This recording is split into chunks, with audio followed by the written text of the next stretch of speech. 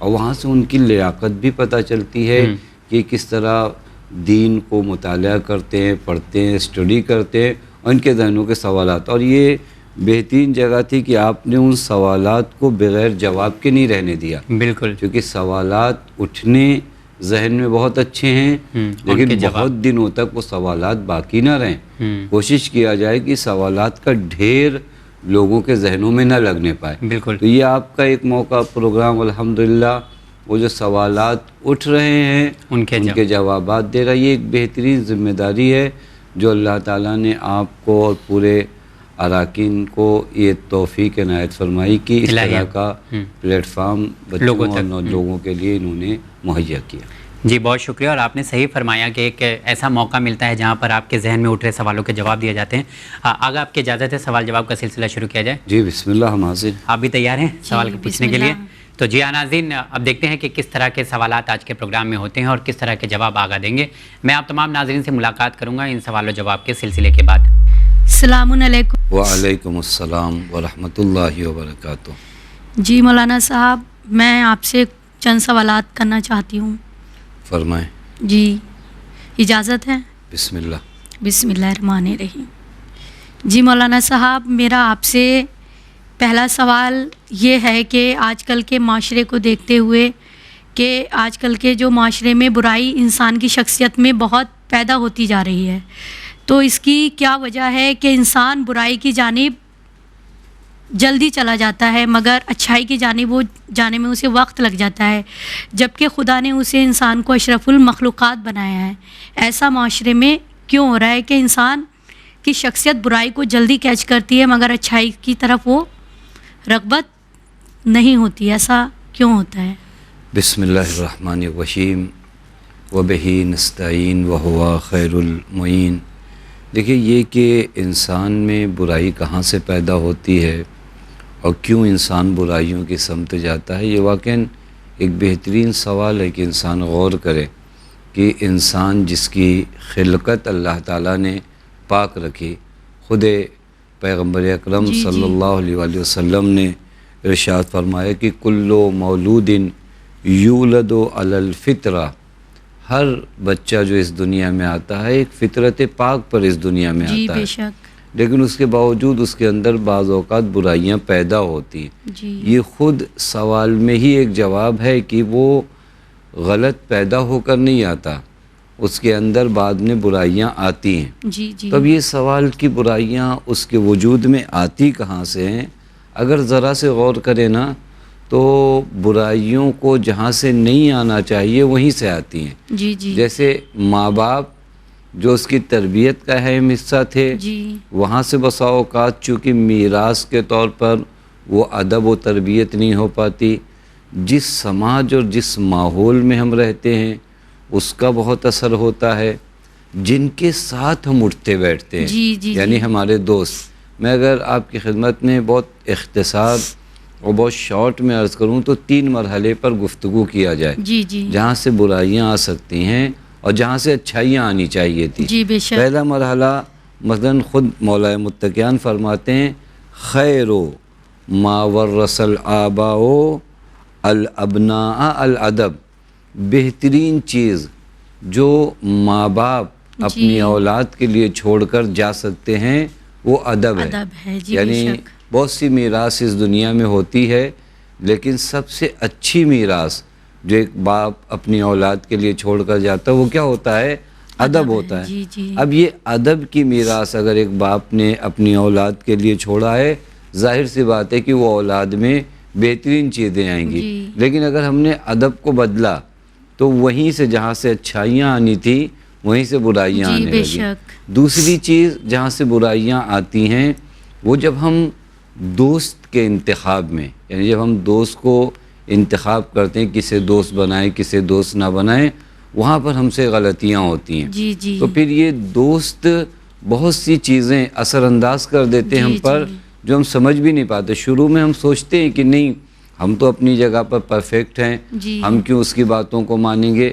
لیکن دھیرے دھیرے جب آپ کسی کے ساتھ رہیں گے تو اس کے اثرات آپ کے اوپر آتے رہیں گے. میں روایت پڑھ رہا تھا جہاں پر مولا متقیان نے فرمایا یا بنیا ایاکا و مصادقۃ الاحمق، جی اے میرے لال ہمیشہ بیوقوف کی دوستی سے بچو۔ جی بے شک، پھر حضرت فرماتے فَإِنَّهُ يُرِيدُ أَن يَنفَعُكَ، وہ ارادہ یہ کرے گا کہ تمہیں فائدہ پہنچائے، فَيَضُرُّكَ، لیکن جی تمہیں پہنچائے گا نقصان۔ پھر حضرت نے اسی حدیث میں فرمایا وَإِيَّاكَ وَمُصَادَقَةَ الْكَذَّابِ، جھوٹوں کی دوستی سے بچو۔ جی بے شک، کیوں؟ بے شک، کیونکہ یہ جھوٹے کیا کرتے ہیں، حضرت فرماتے ہیں کالسراب، جھوٹا دوست ایک سراب کی طرح ہوتا ہے۔ جیسے جی، صحرا میں جی، جی، جب جی۔ ایک انسان پیاسا ہو نا تو دور ریت جو ہوتی ہے اسے پانی نظر آتا ہے، جی وہ ہوتی نہیں ہے پانی۔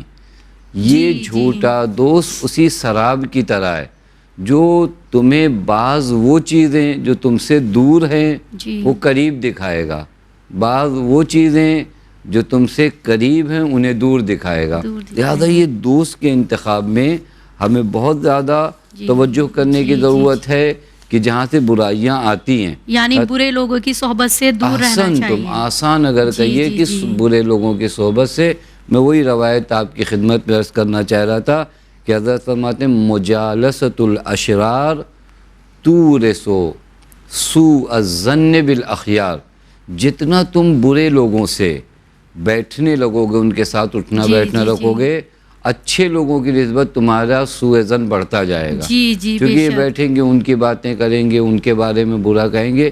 لہٰذا آخری حدیث میں عرض کروں اس سلسلے کی، جہاں پیغمبر اکرم صلی اللہ علیہ وآلہ وسلم فرماتے ہیں المرء علی دین خلیلہ و قرینہ، انسان اپنے دوست کے دین پر ہوتا ہے، بے شک، یعنی جس کو آپ نے دوست بنایا دھیرے دھیرے آپ اسی کے دین پر چلے جائیں گے۔ جی بالکل، بس یہ دوسری جگہ ہوئی جہاں سے برائیاں آ سکتی ہیں، انہی جگہوں سے اچھائیاں بھی آئیں گی۔ جی جی، اگر آپ نے اچھے دوست کا اگر انتخاب سوسائٹی کیا ہمارا، احسن تو۔ تیسری چیز وہی سوسائٹی اور ماحول جی جہاں سے ہمارے وجود میں برائیاں آتی ہیں۔ روایت میں ہے اور خود قرآن کریم کی ایک آیت بڑی حسین ہے، اس آیت کریمہ کو بعض مفسرین نے ماحول سے بھی تعبیر کیا۔ تقریباً قرآن اپنی بات بیان کرنے کو بعض اوقات مثال دیتا ہے جی بے تاکہ شک، مثال کے ذریعے لوگوں کو جی، قریب جی۔ کیا کیا جائے۔ قرآن ایک معاشرے کی مثال سورہ اعراف آیت نمبر 58 میں قرآن اس طرح کہتا ہے وَالْبَلَدُ الطَّيِّبُ يَخْرُجُ نَبَاتُهُ بِإِذْنِ رَبِّهِ، جی ایک پاک شہر جی بلد جی جی طیب، جی جی ایک جی، پاک زمین سے جو سبزہ اگتا ہے نا وہ خدا کی اجازت سے اگتا ہے، یعنی وہ بھی پاک ہوتا ہے۔ جی جی جی، لیکن والذی خبث لا یخرج جی۔ الا نقدا، لیکن ایک خراب زمین سے جو سبزہ اگے گا، ظاہر سی بات ہے کہ وہ خراب زمین جی، سے جی، جی۔ جو سبزہ بھی اگے گا وہ بالکل ویسے ہی خراب ہوگا۔ جی بے ایسے شک، ہی ایک معاشرہ ہوتا ہے، جی جی، ایک اچھے معاشرے سے اچھے لوگ آتے ہیں، جی بے شک، ایک برے معاشرے سے زیادہ تر یہ معاشرہ اور سوسائٹی اس کے اوپر کیا ہوتا ہے، اثر انداز ہوتا ہے۔ اسی وجہ سے پیغمبر اکرم ایک مقام پر فرماتے ہیں کہ اگر تم اپنا دین بچانے کے لیے ایک بالشت بھی ہجرت کرو گے، یعنی جی، یہاں جی، سے جی۔ نکل کر یہاں چلے جاؤ گے، جی۔ تو گویا تم کل قیامت میں میرے رفیق رہو گے، جی بے شک، میرے یعنی ہمراہ جہاں رہو گے۔ برائی ہم دیکھ رہے ہیں احسن وہاں تم، سے دور ہو جائیں ہم۔ احسن تم، یہ ماحول ہے۔ بس جی اچھائیاں اور برائیاں انہی تین جگہوں سے آتی ہیں۔ جی مولانا صاحب، میرا سوال ہے کہ اگر ہزاروں کوشش کرنے کے باوجود انسان کسی کے دل میں جگہ نہ بنا پائے تو ایسے انسان کو کیا کرنا چاہیے؟ یہ بھی بہت اچھی چیز ہے، چونکہ یہ ہماری فطرت کا تقاضا ہے۔ ہر انسان یہ چاہتا ہے کہ وہ لوگوں کے دلوں میں محبوب رہے، جی لوگ اس سے محبت کریں، جی، لوگ جی۔ اس سے پیار کریں، لوگ اس کو چاہیں، یعنی جی۔ انسان کی فطرت میں ہے کہ وہ چاہتا ہے لوگوں کے دلوں میں عزیز بنے۔ جی تو میں آپ کی خدمت میں عرض کروں کہ قرآن نے راہ حل بتایا ہے۔ جی قرآن کہتا ہے اگر تمہیں لوگوں کے دلوں میں محبوب ہونا ہے، جی یعنی لوگوں کے دلوں میں جگہ بنانی ہے، تو سورہ مریم آیت نمبر 96 میں قرآن نے بہت اچھا فارمولہ بتایا۔ قرآن کہتا ہے ان الذین آمنوا وعملوا الصالحات سیجعل لهم الرحمن ودا، اگر کوئی یہ چاہتا ہے توجہ کریں، اگر ایمان لے آئے، نیک عمل انجام دے تو اس کی محبت لوگوں کے دلوں میں اللہ پیدا کرے گا. جی جی جی. یعنی اگر کسی کی محبت لوگوں کے دلوں میں اللہ پیدا کر دے، اور اللہ اپنے وعدے کی خلاف ورزی نہیں کرتا، لہذا ایک طریقہ لوگوں کے دلوں میں عزیز ہونے کا کیا ہے؟ ایمان اور نیک عمل، جس کے ذریعے ہم جو ہے قریب ہو سکتے ہیں کس سے؟ لوگوں کے دلوں میں. حتیٰ ایک روایت بھی اچھی ہے، جس روایت میں حضرت امیر فرماتے ہیں من اصلح ما بینہ و بین اللہ اصلح اللہ ما بینہ و بین الناس. انسان چاہتا ہے لوگوں کے قریب ہو جائے، لوگوں کے دلوں میں جگہ بنا لے، تو حضرت فرماتے ہیں طریقہ کیا ہے؟ تم خود کا اپنے خدا سے رابطہ ٹھیک کر لو، اللہ پوری کائنات سے تمہارا رابطہ ٹھیک کر دے گا.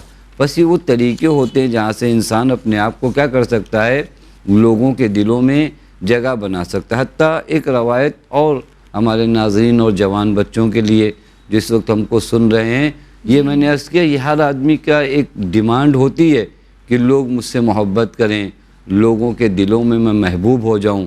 تو اس کا ایک طریقہ جو روایت میں بیان کیا گیا کہ اذا اردتا عزن، اگر تم عزیز بننا چاہتے ہو لیکن تمہارے فالوورز زیادہ نہیں ہیں، یعنی تمہارے ساتھ بہت بڑا ایک قبیلہ نہیں ہے جو تمہیں عزیز بنائے، اور نہ ہی تمہارے پاس بادشاہت ہے، یعنی نہ تمہارے پاس پیسہ ہے نہ ہی لوگ ہیں، لیکن اس کے باوجود تم چاہتے ہو کہ لوگوں کے دلوں میں عزیز بن جاؤ، تو جو راستہ معصوم نے بتایا فخرج من ذل معصیت اللہ الی عز طاعت اللہ، تو تم معصیت خدا جو ذلت ہے اس سے نکل آؤ اطاعت خدا کی جانب جو عزت ہے. یعنی اگر انسان کسی بھی دور میں، یہ قانون خدا ایک دور کے لیے نہیں ہوتا، کسی بھی دور میں عزیز ہونا چاہتا ہے، محبوب ہونا چاہتا ہے لوگوں کی نگاہوں میں، بہترین راستہ خود کو اطاعت خدا کی وادی میں لے آئے، معصیت سے نکل جائے. قرآن بھی وعدہ کرتا ہے، معصومین علیہم الصلاۃ والسلام بھی وعدہ کرتے ہیں. بس دیکھیے اصل میں ہماری پوری کوشش یہ ہونی چاہیے کہ ہم ان احکام پر عمل کریں جو خدا نے ہم پر فرض کیا ہے، اور ہم اپنے اخلاق کے ذریعے، حتیٰ بعض چیزیں بہت آسان ہیں جن کی ہم رعایت نہیں کرتے، مثلاً کسی سے اچھے اخلاق سے ملنا، کسی سے اچھی باتیں کرنا، حتیٰ بعض چیزوں میں خرچ بھی نہیں ہوتا. مثلاً کسی سے آپ اگر مسکرا کر وجہی چہرے کے ساتھ مل جائیں تو یہ بہت اثرات کرتے ہیں. لہٰذا کوشش یہی ہو کہ ہم اطاعت خدا کے ذریعے لوگوں کے دلوں میں محبوب بنیں. اور آپ اگر تاریخ دیکھیے، اہل بیت علیہم الصلاۃ والسلام نے خدا کے ذریعے، یعنی خدا کی اطاعت کر کے لوگوں کے دلوں میں محبوب بنے، تو آج تک یہ محبت برقرار ہے. 1400 سال بعد بھی وہ ہر دل میں محبوب ہے. اگلا سوال میرا یہ ہے کہ ہم انسان صراط مستقیم پر قائم کیوں نہیں رہ سکتے؟ کہ مطلب خدا ہمیں 5 وقت کی نماز میں کہتا ہے کہ اہدنا الصراط المستقیم، کہ صراط مستقیم پر قائم ہو جاؤ، اور ہر انسان جانتا بھی ہے کہ بہترین راستہ حق کا راستہ ہے، معلوم ہے کہ حق کا راستہ، صراط مستقیم کا راستہ بہترین ہے، مگر اس کے باوجود وہ صراط مستقیم پر قائم کیوں نہیں رہ پاتا؟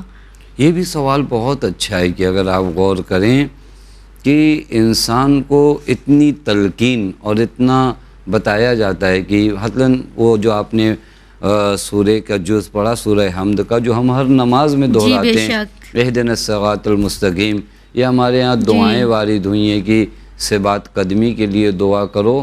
میں آپ کی خدمت میں عرض کروں کہ انسان ثابت قدم کیوں نہیں رہ پاتا، حق پر باقی کیوں نہیں رکھتا؟ تھوڑا سے اس سوال کو اگر آپ غور کریے نا، در حقیقت اس کائنات میں، اس پوری کائنات میں 3 طرح کی مخلوقات ہیں. اگر آپ ایک لحاظ سے بانٹیں نا، حصہ کریں کہ کتنی قسم کی مخلوقات ہیں، تو میں اس طرح بانٹوں گا کہ ایک مخلوق ایسی ہے اللہ کی جس کے پاس صرف عقل ہے، شہوت نہیں ہے. ایک مخلوق اللہ کی ایسی ہے جس کے پاس شہوات ہیں، اور ایک مخلوق ایسی ہے جس کے پاس عقل و شہوت دونوں ہیں. دونوں ہیں. ملائکہ کو اگر آپ دیکھیے تو ملائکہ نافرمانی کیوں نہیں کرتے؟ جی جی. کیونکہ ملائکہ کے وجود میں صرف عقل ہے. عقل ہے. صرف جی بے عقل ہے. شک. جی بے شک. دوسری طرف سے جانور بہائم جو ہوتے ہیں ان کے وجود میں صرف شہوات ہیں، عقل نہیں ہے، یعنی شعور نہیں ہے. انسان وہ واحد مخلوق ہے جس کو دو طرح سے مل کر بنایا ہی گیا. عقل بھی رکھا گئی جی بے شک. اور شہوات یعنی شہوات غریزی بھی، شکم، پیٹ، کھانا پینا، یہ سب انسان میں دونوں رکھا گیا. اب یہاں پر جو آپ کا سوال تھا کہ کیوں انسان راہ راست پہ باقی نہیں رہتا، ان دو طاقتوں کو جب ہم بیلنس نہیں کر پاتے، ہمارے وجود پر کبھی وہ جنبہ شہوت غالب آتا ہے تو ہم راہ راست سے بھٹک جاتے ہیں. یعنی جس پر شہوت غالب آ گئی تو وہ تو جانوروں میں شمار ہو جائے گا.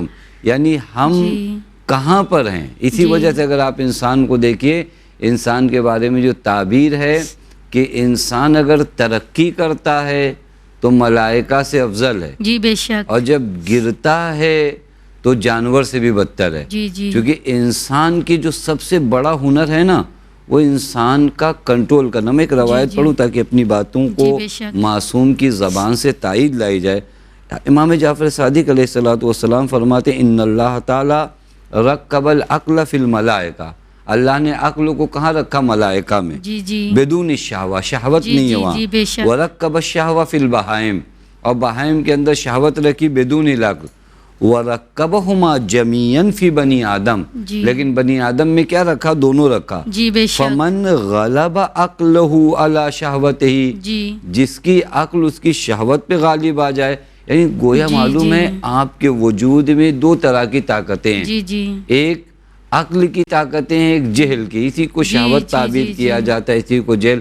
ہمارے ہاں روایت میں ایک روایت ہے جنود العقل و جنود الجہل، یعنی عقل کی سپاہی اور جہل کے سپاہی.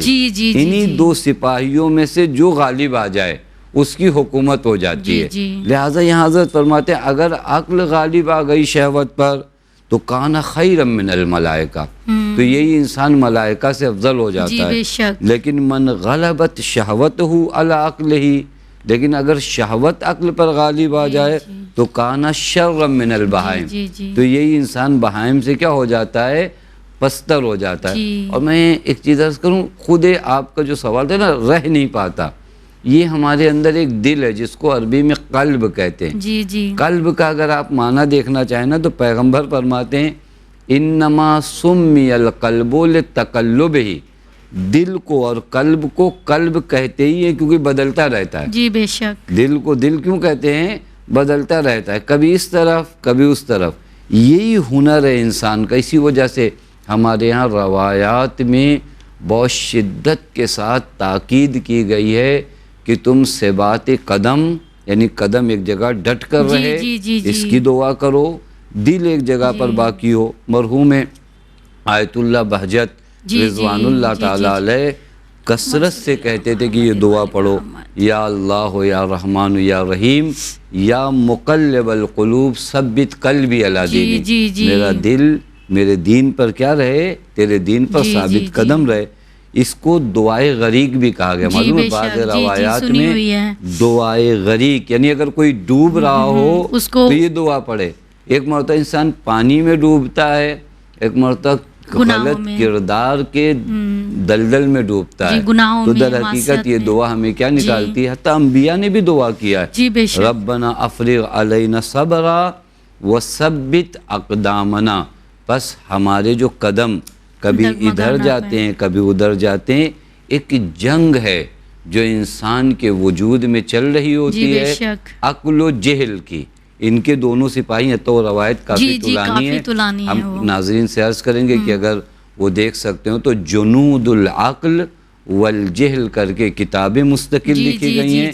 75 لشکری عقل کے بتائے گئے اور 75 جہل کے. ان دونوں میں جنگ چل رہی ہے. جس کے سپاہی غالب ہوتے ہیں وہ جو ہے غالب ہو جاتا ہے. مولانا صاحب اگلا کوشچن میرا آپ سے سوال یہ ہے کہ لفظ امت کے حقیقی معنی کیا ہے؟ دیکھیں امت کا جو لفظ اگر آپ دیکھیں، چونکہ ہمارے ہاں بہت یہ لفظ بولا جاتا ہے، لفظ امت. امت کبھی ایک قوم، خاص قوم پر یہ لفظ استعمال ہوتا ہے، ایک قبیلے پر، ایک عشیرے یعنی ایک خاندان پر، جی یا ایک خاص قوم جو ایک خاص پیغمبر کی پیروکار ہے، جی اس کو امت کہا جاتا ہے. اور اسی طرح ٹوٹل اگر دیکھا جائے نا، ایک گروہ کو، کسی بھی قسم کا ایک گروہ، وہ ایک امت ہے. حتی قرآن مجید میں بھی اگر اس لفظ کو دیکھیں تو تقریباً 65 مرتبہ یہ جی لفظ جی قرآن مجید میں آیا ہے. اور گروہ کے معنی میں بھی قرآن مجید نے اس لفظ کو وہاں استعمال کیا. سورہ قصص آیت نمبر 23 میں جی جی قرآن کہتا ہے وَلَمَّا وَرَدَ مَاءَ مَدْيَنَ وَجَدَ عَلَيْهِ أُمَّةً مِّنَ النَّاسِ يَسْقُونَ. جب جناب موسیٰ علی نبینا شہر مدین میں جی آئے جی جی تو جہاں سے پانی بھرا جاتا تھا وہاں پر ایک امت کو دیکھا. امت کو دیکھا یعنی جی کیا؟ جی جی ایک گروہ کو، خاص گروہ کو گروہ دیکھا. کو دیکھا. بس امت کا معنی قرآن مجید میں گروہ کا ہے. اب یہ گروہ کو گروہ، اس نبی کی امت کو امت کیوں کہتے ہیں؟ جو بھی ایک خاص گروہ ہوتا ہے جی جی جی جو اپنے نبی کو فالو کرتا جی. ہے اور ان کی کتاب کو قبول کرتا ہے. لیکن مولانا صاحب، نبی کی امت میں کون لوگ شامل ہوں گے؟ نبی کی امت میں وہی لوگ شامل ہیں جو نبی کے پیروکار ہیں. کہ جیسے پیغمبر اسلام نے ارشاد فرمایا کہ من کنتو مولا فہذا علی مولا، جس جس کا میں مولا اس کا یہ علی مولا. تو جو لوگ مولا علی کو مولا علی نہیں مانتے ہیں تو کیا ایسے لوگ پیغمبر کی امت میں شمار کیے جائیں گے یا نہیں؟ دیکھیے، امت پیغمبر عرض کیا کہ ایک خاص نبی کو قبول کرنا، ان کی بات کو ماننا. جی جی جی میں اگر امتی ہوں نبی جی اکرم جی صلی اللہ علیہ وآلہ وسلم کا، تو پھر مجھ پہ فرض ہے کہ ہر وہ چیز جو جی نبی جی اکرم بتائیں اس پر عمل کروں. جی جی ہر وہ چیز جسے نبی اکرم جو ہیں روکیں اس سے رک جاؤں. قرآن بھی جی کہتا ہے جی کہ ما آتاکم الرسول فخذوہ، جی بے جو شک. رسول دیں اسے لے لو. وما نہاکم عنہ فانتہوا، جس سے جی نبی روک دیں رک جاؤ. لہٰذا جاؤ. اگر ہم صحیح اور سچے معنوں میں جی جی نبی اکرم صلی اللہ علیہ وآلہ وسلم کے امتی کہلانا چاہتے ہیں جی حقیقی اور اس امتی جو ہے. بات کی امید رکھتے ہیں کہ کل قیامت میں رسول اکرم صلی اللہ علیہ وآلہ وسلم ہم سے اس حالت میں ملاقات جی بے کریں شک. کہ پیغمبر خوش رہیں ہم سے. جی تو ہم جی پر ضروری اور لازم ہے کہ ہم نبی اکرم کی باتوں کو قبول کریں بے شک. اور ان پر عمل کریں. جی بے شک. جی مولانا صاحب، میرا ایک سوال یہ بھی ہے کہ کیا منافقت اور حق تلفی کرنے والوں کی عبادت میں شمار ہو سکتی ہے؟ منافقت یعنی کہ انسان کے ظاہر میں کچھ ہوتا ہے، باطن میں کچھ ہوتا ہے. وہ نمازی ہوتے نہیں مگر اپنے آپ کو نمازی دکھانا چاہتے ہیں، روزے دار ہوتے نہیں مگر اپنے آپ کو روزے دار شمار کرنا چاہتے ہیں. کہ منافقت تو سبھی جانتے ہیں کہ منافقت بہت بڑا کیا کہتے ہیں ایک گناہ ہے، بہت زیادہ. لیکن آج کل معاشرے میں سب سے زیادہ منافقت ہی پائی جاتی ہے کہ مطلب انسان کا ظاہر کچھ ہے، باطن کچھ ہے، لیکن وہ حق تلفی بھی کرتے ہیں. حق تلفی بھی کرتے ہیں. حق تلفی کرنا سب کو معلوم ہے کہ حق تلفی کیا ہوتا ہے، کہ یعنی کسی کی چیز کا کسی پہ جو حق ہے اس پر ہم قبضہ کر لیں، اس پر ہم آ جائیں. تو کیا اور وہ عبادت بھی کر رہے ہیں، نمازیں بھی پڑھ رہے ہیں، آنسو بھی بہا رہے ہیں مصلی پر بیٹھ کر خدا کی بارگاہ میں، ادھر کسی کا حق پامال کیا اور ادھر جا کے خدا کی بارگاہ میں سجدے کر رہے ہیں. تو کیا خدا ایسے لوگوں کی عبادت کو عبادت میں شمار کرتا ہے؟ جی دیکھیے، عبادت کے 2 مرحلے ہوتے ہیں. سوال آپ کا بہت اچھا ہے کہ ہم اسی طریقے سے تاکہ لوگوں کو سمجھا سکیں. جی وہ یہ کہ کسی بھی چیز کو جب کوئی عبادت ہم انجام دیتے ہیں، نماز جیسے ہم پڑھتے جی ہیں جی تو نماز کے 2 اسٹیپ ہیں. جی پہلا اسٹیپ یہ ہے کہ میں نماز میں سورہ صحیح پڑھوں، جی سجدہ صحیح کروں، رکوع صحیح کروں. یہ وہ جو آداب ہمارے ہاں توضیح المسائل میں جی بیان جی کیے جی گئے ہیں کہ یہ واجب ہے، یہ مستحب ہے. جی اس طرح آپ کی نماز صحیح ہوتی ہے جی جو آپ نے مطابق حکم شریعت انجام جی دیا. جی اس کے بعد دوسرا اسٹیپ جو میری نماز کے لیے وہ قبولیت نماز ہے. جی جی یعنی ایک مرتبہ نماز کو صحیح انجام دینا، دوسرے مرحلے میں نماز کو ایسا پڑھنا کہ مورد قبول ہو. جی جی یہ ہر عبادت میں یہی ہے. جی. ایک مرتبہ روزہ رکھنا، ایک مرتبہ روزہ ایسا رکھنا کہ قبول ہو.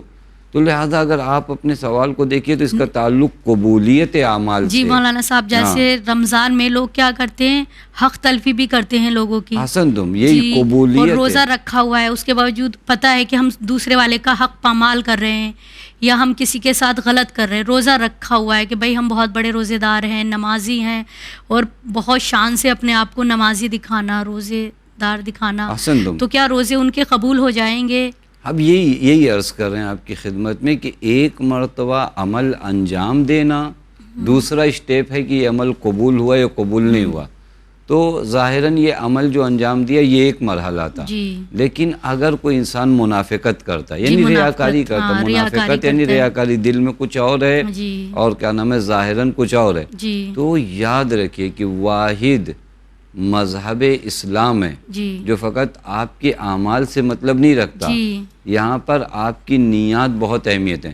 دنیا میں آپ اگر کسی اسکول میں ہیں، آپ 100% لے آئیے، اس کے بعد کس نیت سے آپ یہ 100% لائے ہو اس سے مطلب نہیں ہے. لیکن دین یہ نہیں کہتا کہ آپ نماز اچھی پڑھو چاہے کسی بھی نیت سے پڑھو.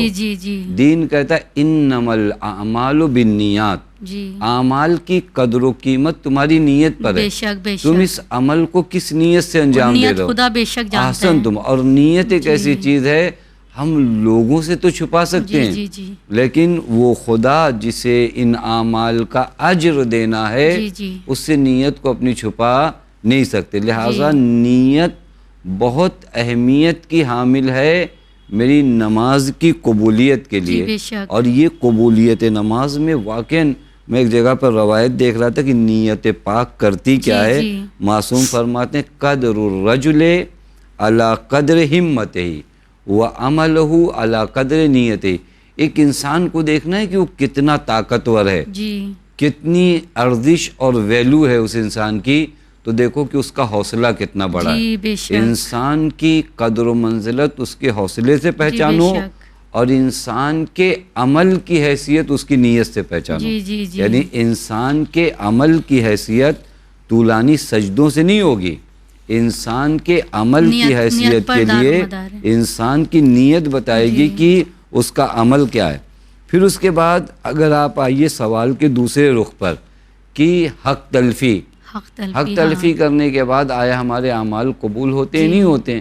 آپ اگر روایات میں دیکھیے نا، حتی میں یہاں تک بھی ایک روایت دیکھ رہا تھا، نوجوان بچوں سے بھی مخاطب رہوں کہ آپ الحمدللہ خدا کی توفیق سے اعمال نیک انجام دیتے ہیں، لیکن کوشش کریں کہ وہ اعمال قبول بھی ہوں. کبھی کبھی میں نے نمازیں پڑھی، وہ نماز قبول نہیں ہوئی. یہاں پہ یہ روایت کہتی من نظر الی ابویہ نظر ماقتن وہما ظالمان. اگر کوئی انسان اپنے ماں باپ کو تلخ نگاہ سے، یعنی ایک ایسی نگاہ سے جو قہر آلود نگاہ ہو، غضبناک نگاہ سے دیکھتا ہے جبکہ وہ ماں باپ نے اس کے اوپر ظلم بھی کیا ہے، تو بھی اللہ تعالیٰ اس بیٹے کی نماز قبول نہیں کرتا. اب یہ دیکھیں یہ حق تلفی کے، چونکہ ماں باپ کے ساتھ تمہیں کیا کرنا چاہیے تھا، احسان اور نیکی کرنا چاہیے تھا. دوسری طرف سے بعض روایات میں ہے کہ اگر تم نے زکوٰۃ نہیں دیا، یہ ایک مثال کے طور پہ روایت میں کہ من صلی ولم یزکا، کسی نے نماز پڑھی اور زکوٰۃ نہیں دیا، زکوٰۃ فقراء کا حق ہے اسے ادا کرو، لم تقبل منہ صلاتہ، تو اس کی نماز اللہ قبول نہیں کرتا. اب غور کریں، یعنی زکوٰۃ جو فقراء کا حق ہے وہ میں نہیں ادا کرتا تو میری نمازیں قبول نہیں ہوتی. یعنی حق کا رابطہ میری عبادتوں کے ساتھ بہت ہے. بعض روایات میں کہ اگر کوئی خاتون اپنے شوہر کو اذیت کرتی ہے اللہ تعالیٰ اس کی کوئی عبادت قبول نہیں کرتا. اسی طرح مرد کے لیے بھی کہ اگر کوئی مرد اپنی خاتون کو اذیت کرتا ہے، اب وہ جتنے بھی اعمال کر لے جائے اللہ تعالیٰ اس کی عبادتوں کو، پس حق جہاں تلف ہوتا ہے وہاں کے بعد عبادتیں قبول نہیں ہوتی. یعنی نماز قبول نہیں ہے اگر حق کی احسن تو کوتاہی کی جائے اس کو. یعنی منافق کی تو کبھی بخشش ہے یا نہیں؟ عرض کیا کہ حتی منافق کے بارے میں، منافق کا معنی چونکہ آپ بار بار یہ چیز ہے کہ ہمارے دل میں کچھ ہے ظاہری کچھ اور ہوتا ہے، ظاہری کچھ، یہ ریاکاری ہے. بعض روایات میں ہے کہ قیامت کے دن اس کو غادر کہہ کے خطاب کیا جی جائے گا، جی یا غادر، یا فاسق، اے دھوکے باز، جی اے فاسق، یعنی تم نہیں جانتے تھے کہ ہم خدائے بصیر ہیں، جی جی جی ہم تمہارے دلوں جی سے جی آگاہ جی ہیں، بے شک تم ہمیں بھی دھوکہ دے رہے تھے، تم ظاہر ایسا کر رہے تھے جبکہ تمہاری نیت، تو نیت بہت اہم ہے۔ بس یہی دعا کرنی چاہیے کہ خدا منافقت کی بیماری سے احسنتم۔ دور رکھے۔ جی مولانا صاحب، اگلا ایک کوشچن میرا ایک یہ بھی ہے کہ خدا البصیر ہے، جی خدا البصیر ہے، پھر بھی اس کے باوجود انسان کے دل میں خوف خدا کیوں نہیں پیدا ہوتا؟ ہر کوئی جانتا ہے کہ خدا ہمیں ہر حال میں دیکھ رہا ہے کہ ہم کیا کرتے ہیں، ہمیں پتہ ہے کہ اگر ہم خدا نخواستہ کوئی چوری کر رہا ہے یا کوئی اور غلط کام انجام دے رہا ہے، اسے پتہ ہے کہ میرا خدا مجھے دیکھ رہا ہے، اس کے باوجود وہ ڈھٹائی سے وہ اس انجام کو کر بیٹھتا ہے، یہ نہیں سوچتا کہ یہ خدا دیکھ رہا ہے، اور اس کے باوجود بڑے کہتے ہیں حوصلے کے ساتھ کہتے ہیں کہ خدا دیکھ رہا ہے تو دیکھا جائے گا، وہ قبر میں دیکھا جائے گا، قبر میں اعمال ہوں گے، ہم ہوں گے۔ یہ ایسا جواب کیسے دے دیتے ہیں کہ ہم جو کر رہے ہیں خدا دیکھ رہا ہے مگر ہمیں ڈر نہیں لگ رہا ہے، دیکھیں جو ہوگا دیکھا جائے گا؟ یہ وہ چیز ہے، اگر آپ اس کو قرآن کے رخ سے دیکھیے نا تو قرآن کہتا ہے یہ اس طرح کا جواب جو دیا جاتا ہے کہ خدا دیکھ رہا ہے، دیکھا جائے جی، گا، اس کا بہت یہی مطلب کہہ دیا ہم جاتا ہے۔ عظمت خدا سے واقف نہیں ہیں۔ جی اسی لیے قرآن ایک مقام پر کہتا ہے انما یخشی اللہ من عبادہ العلماء، جی کہ اللہ سے اس کے بندوں میں جو ڈرتے ہیں وہ علماء ہیں۔ علماء سے مراد یہ ضروری نہیں کہ یہ لباس پہنے ہو جو امامہ ہو جی بقبا، بے شک، یعنی جس کو معلومات ہو، جو جانتا ہو کہ اس کا خدا حکیم ہے، جی قہار ہے، اس کا خدا بصیر ہے، اس کا خدا علیم ہے، رحیم ہے، یعنی وہ اس چیز کا علم رکھے، نہ اس لباس کی وجہ سے جی وہ علماء میں شمار ہوگا۔ جی ہر وہ انسان جس کو یقین ہو جائے گا کہ میرا خدا مجھے دیکھ رہا ہے، حتیٰ قرآن نے بھی بڑے حسین انداز میں کہا علم یعلم بان اللہ یرا، کیا تم اس بات پر یقین نہیں رکھتے کہ تمہیں خدا دیکھ جی رہا بے ہے؟ شک، یہ جہل ہے۔ ابھی ہم لوگوں نے عرض کیا کہ انسان کے وجود میں دو طاقتیں جی ہیں، بے شک، ایک عقل کی طاقت ہے، ایک شہوت، ایک جہل جسے شہوت بھی کہہ شہوت، لیجیے، اس کے اپنے لشکر ہیں۔ جی جی اس کا لشکر جب غالب آتا ہے نا تو انہی باتوں سے ہم کو کہلواتا ہے۔ جی کب دیکھا، کون کس کی قبر میں گیا، جی تم ہو کر آئے ہو، جی یہ معلوم بڑے ہے مطلب کہ آپ بے خوف ہو کے کیا دیتے ہیں، دیکھا جائے گا، قبر میں دیکھا دیکھ جائے لیں گا گے، جو ہوگا۔ ہوگا۔ اس کا مطلب ہمارے اتنے وجود میں جو عقل کا لشکر تھا وہ ہار چکا ہے، ہار چکا ہے، یعنی عقل ہماری بالکل میں تباہ ہو گئی ہے۔ شہوات کے کنٹرول میں جی، چلا گیا ہوں، جی میرے اندر جو جنگ چل رہی تھی نا جی، اس جنگ میں میری عقل ہار چکی ہے، میری جی، عقل پوری طریقے سے اسیر ہو گئی ہے جی، جہالت کے۔ جی بے دیکھیں شک، جب اسیر کوئی چیز ہو جائے نا ہاں، تو اسیر کے ساتھ چاہے جو بھی کیجئے۔ اسیر تو اسیر اب ہے اگر پھر۔ جہالت نے جی، عقل کو اسیر بنا لیا اور عقل اسیر ہو گئی تو اس کے بعد انسان کہتا ہے کب تم قبر میں گئے تھے، کس نے کس کی قبر میں دیکھا، دیکھا جائے گا، یہ وہ جملے بتاتے یہ ہیں وہ کہ جملے آپ کے وقت آخر جو ہوگا دیکھا احسنتم، جائے گا، آپ نہ اپنی سکرات جنگ نہ میں کچھ، ہارے جی، ہوئے ہو، ہارے ہوئے آپ اپنی جنگ میں ہارے ہوئے، وگرنہ قرآن کہتا ہے فَمَن يَعْمَلْ مِثْقَالَ ذَرَّةٍ جی بے خَيْرًا شک، بے يَرَهُ، شک، سورہ یا قرآن کہتا ہے زلزلہ أَلَمْ کی يَعْلَمْ آیت، بِأَنَّ جی بے اللَّهَ شک، يَرَى، کیا تم نہیں جانتے کہ جی، تمہارا خدا تمہیں دیکھ رہا ہے؟ ذرہ، ایک سی سی ٹی وی کیمرہ اگر جی، کہیں لگا ہو نا تو وہاں پر ہمارے چلنے کا انداز بدل ہاتھ جاتا ہے، رک جاتے ہیں ہاتھ ہمارے، رک جاتے جی، ہیں چلنے، اور عین ممکن ہے کہ وہ ٹیکنالوجی کی وجہ سے خراب بھی ہو، جی، لیکن اس کے پھر بھی باوجود ہم خوف کو ہوتا لگتا ہے کہ نہیں یہاں جی، پر ہے، اس کے خراب ہونے کے امکان کو ہم نہیں دیکھتے، ہم سوچے نہیں ہماری جی، ایک سماج میں ویلیو ہے، جی، ہم کس طرح یہاں سے گزریں، لیکن خدا جو کہتا ہے لا تاخذہ سنۃ جی ولا بے شک، نوم، اسے جھپکی بھی نہیں آتی، جی جی نیند بھی نہیں آتی، جی جی جی، ہر لمحہ اپنے بندوں کو دیکھ رہا ہے۔ اس کے بعد اگر یہ میں جملہ کہہ رہا ہوں نا اس کا مطلب یہ ہے کہ میں ایک دنیا کے نشے میں ہوں، اور نشے میں آ جانے کے بعد انسان جی، جو کچھ بھی کہتا ہے اسے خود بھی نہیں معلوم جی، ہوتا کہ وہ کیا کہہ رہا ہے۔ جی جی، تو یہ جو خدا کہتے ہیں نا، خدا کا ایک نام ہے البصیر، اگر انسان اس پر غور کرے جی تو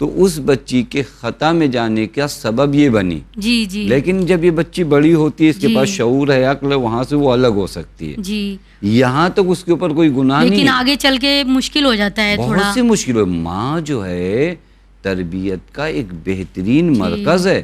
عطا عرض کروں کہ ماں کا کردار اتنا اہم ہے کہ سرکار سید الشہداء نے 56 سال کی عمر میں اپنی ماں کے کردار کو بتایا. جب حضرت نے کہا کہ میں اس کی بیعت نہیں کر سکتا, تو وہاں پر حضرت نے کئی وجہ بتائیں. فرمایا کہ یعب اللہ لنا ذالک ورسولہ والمؤمنون, یہ بیعت اس وجہ سے نہیں کر رہا ہوں کیونکہ خدا کو پسند نہیں ہے, رسول کو پسند نہیں ہے, مومنین کو پسند نہیں. وہاں پر حضرت نے فرمایا وَحُجُورٌ تَابَتْ وَحُجُورٌ طَہُرَتْ, جس پاک آغوش نے مجھے پالا اسے بھی پسند نہیں ہے. لہذا ماں کی آغوش وہ ہے کہ امام معصوم بھی اس کے بارے میں باتیں کرتا ہے کہ مجھے میری ماں فاطمہ زہرا سلام اللہ علیہ کی پاک آغوش نے پالا ہے.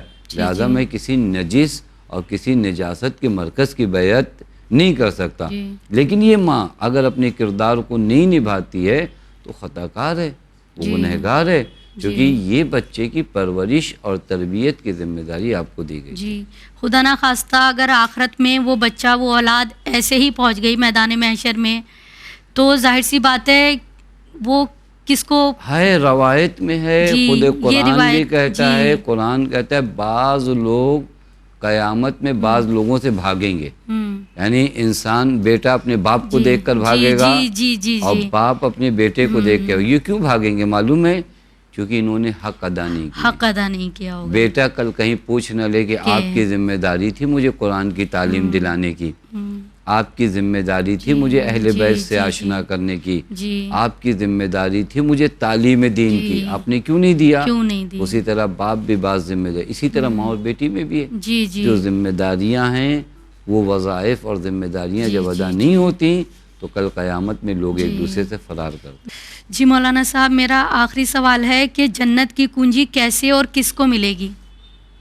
جنت کی چابی کے بارے میں اگر آپ بات کریے تو میں ایک قانون بتا دوں, چونکہ روایات کافی مختلف ہیں. بعض جگہوں پہ کہا گیا کہ نماز جنت کی چابی ہے, بعض جگہوں پہ کہا گیا بر الوالدین, ماں باپ کے ساتھ نیکی کرنا جو ہے جنت کی چابی ہے. بعض روایات میں کہا گیا کہ صبر جنت کی چابی ہے. چابی کا معنی یہاں پر وہ چیز جس سے آپ جنت تک پہنچ جاؤ, چونکہ چابی عموماً ہمارے یہاں کس معنی میں استعمال ہوتی ہے کہ ایک دروازہ بند ہے اس سے کھول دیتے ہیں جس چیز کو, وہ چابی ہوتی ہے, نہیں وسیلہ ہوتی ہے ہمارے داخل ہونے کا. لہذا جنت میں بھی داخل ہونے کے کچھ ذرائع ہیں, ان میں سے بعض روایات میں صبر ہے. کل ملا کر اگر آپ دیکھیں نا تو جنت میں جانے کے لیے جو ذریعہ ہے وہ اطاعت پروردگار عالم. جب اس کو آپ لے آئیں گی تو اس میں صبر ہے, نماز ہے, محبت اہل بیت علیہم الصلاۃ والسلام ہے, ماں باپ کے ساتھ نیکی کرنا ہے. یہ وہی چابیاں ہیں جو در حقیقت در جنت. اسی وجہ سے جنت کے بعض نام بھی ہیں. جنت کے دروازوں میں سے بعض دروازوں کا نام باب الصابرین ہے. ایک دروازے کا نام احسنتم, ایک دروازے کا نام باب الشاکرین ہے جہاں پر اللہ کا شکر کرنے والے. ایک باب المجاہدین ہے. اور وہیں پر ایک جنت کا بڑا حسین دروازہ ہے جس کو باب الحسین کہتے ہیں, جہاں پر پیغمبر اکرم صلی اللہ علیہ وآلہ وسلم نے فرمایا الا وان الحسین باب من ابواب الجنہ, کہ جنت کے دروازوں میں سے ایک دروازہ باب الحسین ہے. لہذا یہ باب یعنی وہی ذریعہ جہاں سے احسنتم باب یعنی مولا حسین کے ذریعے جو ہے. لیکن مولانا صاحب یہاں پر ایک بات اب کہ زبانی مولا یا علی یا حسین کرنا کہ بھئی ہم حسینی ہیں, لیکن اسے ہمارے اعمال بھی تو ایسے ہوں کہ ہم حسینی ہیں. ہمیشہ یہی ہے. قرآن کہتا ہے ان الذین قالوا ربنا اللہ ثم استقاموا, رب کہو میرا اللہ ہے لیکن اس کے بعد ڈٹے رہو. اگر ہم کہتے ہیں کہ امیری حسین کہ ہمارے مولا حسین ہیں تو پھر اس کے بعد اس محبت کے جو تقاضے ہیں جی جو ڈیمانڈس ہیں جی وہ ہمیں پورے کرنے جی ہوں بس گے. وہی بات میں لاسٹ جو بات میں آپ سے کرنا چاہتی ہوں کہ لوگ بس یہ کہہ دیتے ہیں کہ بھائی ہم تو ماتم حسین کرتے ہیں, ہم تو ڈائریکٹ جنت میں جائیں گے, ہم سے تو کسی چیز کا سوال ہوگا ہی نہیں, نہ حق کا نہ باطل کا. کیا ایسا ہے کہ بس ہم یا حسین کریں اور حق بھی پامال کرتے رہیں, سب کچھ کرتے رہیں؟ تو مطلب لوگ جو ہیں نا بڑی اس سے کہتے ہیں کہ ہم نے نام حسین لے لیا ہم جنتی ہو گئے. تو وہی سارے سوالات اس میں آ جاتے دیکھیے ہیں. اہل بیت علیہ الصلوۃ، ہم لوگوں سے تو دین نہیں لیتے، جی ہم دین لیتے ہیں اہل بیت جی علیہ بے الصلوۃ شک. والسلام سے، اور اہل بیت علیہ الصلوۃ والسلام کی تعلیمات کے مطابق جی تمہیں حق کی رعایت کرنا ہے، جی حقوق اللہ، حقوق الناس. جی جی جی اور کربلا کے نام پہ جی کیسے انسان حق کو پامال کر سکتا ہے؟ کربلا کا قیام ہی جی بے شک. حق کو جب پامال کیا جا رہا تھا، اس پامالی کو روکنے کے لیے کربلا آئی. تو اگر کربلا کے نام پہ اس طرح کا کام کیا جائے تو شاید کربلا سے خیانت ہے.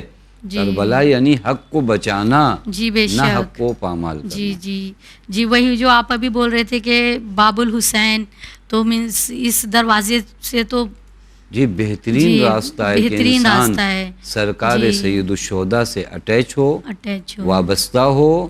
وابستگی یقیناً حسین جو حسینی ہوگا وہ فقط گناہوں سے زبان جی کی حد تک نہ ہو، جی اعمال کی حد تک ہو. جی کیونکہ زبان کا تعلق تھوڑی دیر بعد ٹوٹ جی جاتا ہے، بے شک. لیکن جب تعلق کردار کا ہوتا ہے تو سر نو کے نیزہ پہ بے جانے کے شک. بعد بھی جی بے شک. حسین ابن علی سے رابطہ نہیں جی بے ٹوٹتا. شک. جی مولانا صاحب بس جانے سے پہلے بس آپ سے ایک بہت اہم سوال کرنا چاہتی ہوں کہ پیغمبر نے ارشاد فرمایا، پیغمبر اسلام کی مشہور اور معروف حدیث ہے کہ میری امت میں 73 فرقے پیدا ہوں گے، امت میں 73 فرقے پیدا ہوں گے، بس ایک فرقہ جنت میں جائے گا. تو اس فرقے کی پہچان آخرت میں کس بنیاد پر ہوگی؟ جی یہ بھی آسان ہے. جہاں پیغمبر نے فرمایا کہ 73 فرقہ ہوگا، وہیں جی. پر پیغمبر نے فرقہ ناجیہ کا نام بھی لیا. جی بے شک. لہذا ہمیں پیغمبر ہی سے پوچھنا چاہیے کہ آپ کون سا راستہ بتا کے جا رہے جی ہیں جی کہ وہ جی. فرقہ جو نجات پائے گا. جی بے تو شک. پیغمبر نے کئی جگہوں پر اس فرقہ ناجیہ یعنی جس کو نجات ملے ہاں، گی، پیغمبر نے نجات کا راستہ کنفیوز کے ساتھ تو نہیں رکھا. پیغمبر نے صاف لفظوں میں کہا انی تارک فیکم الثقلین بے شک. ما ان تمسکتم بہما لن تضلوا من بعدی. میں تمہارے درمیان دو چیزیں چھوڑ کر جا رہا ہوں، اگر تم ان دو چیزوں سے متمسک رہے، اٹیچ رہے، تو تم گمراہ ہونے والے نہیں ہو. کتاب اللہ و اطرتی، یہ فرقہ ناجیہ کی پہچان ہے کہ جو پیغمبر چھوڑ کے گئے. یا پیغمبر ایک مقام پر فرماتے ہیں مثل اہل بیتی مثل سفینۃ نوح، میرے اہل بیت کی مثال کشتی نوح جیسی ہے. من رکبہا نجا، جو سوار ہوا وہ نجات پایا، ومن تخلف عنہا غرق، جو اس سے دور ہوا وہ ڈوب گیا.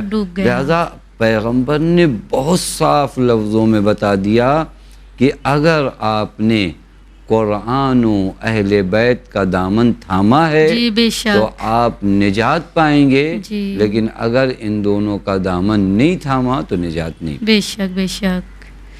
جی ٹھیک. جی ناظرین ایک بار پھر سے حاضر ہوں پروگرام ایک موقع آپ اور آپ کے سوال میں. آپ ابھی تک دیکھ رہے تھے بہترین طریقے سے سیدہ نازیہ سوالات پوچھ رہی تھیں، اور بہت زبردست سوالات آج کے پروگرام میں انہوں نے پوچھا ہے. آئیے ایک بار جانتے ہیں کیا آپ کو آپ کے سوال کے جواب مل گئے؟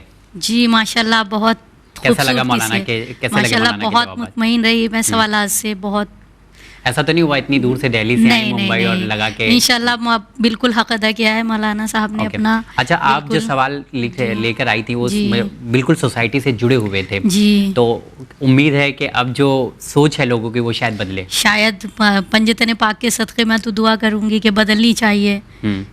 جانے سے پہلے کچھ کہنا چاہیں گے آپ؟ جی بس کچھ بھی نہیں کہنا چاہوں گی، بس ایک کچھ چند جملے میرے لبوں پر ہیں وہ عرض کرنا چاہوں گی کہ یہ زندگی کا سفر بہت ہی مشکل ہوتا ہے. تو بس وہ چند جملے میں اگر آپ کی اجازت ہے مولانا صاحب کی تو میں عرض کرنا چاہتی ہوں. جی مولانا صاحب اجازت؟ جی کہ زندگی نام ہی سفر کا ہے،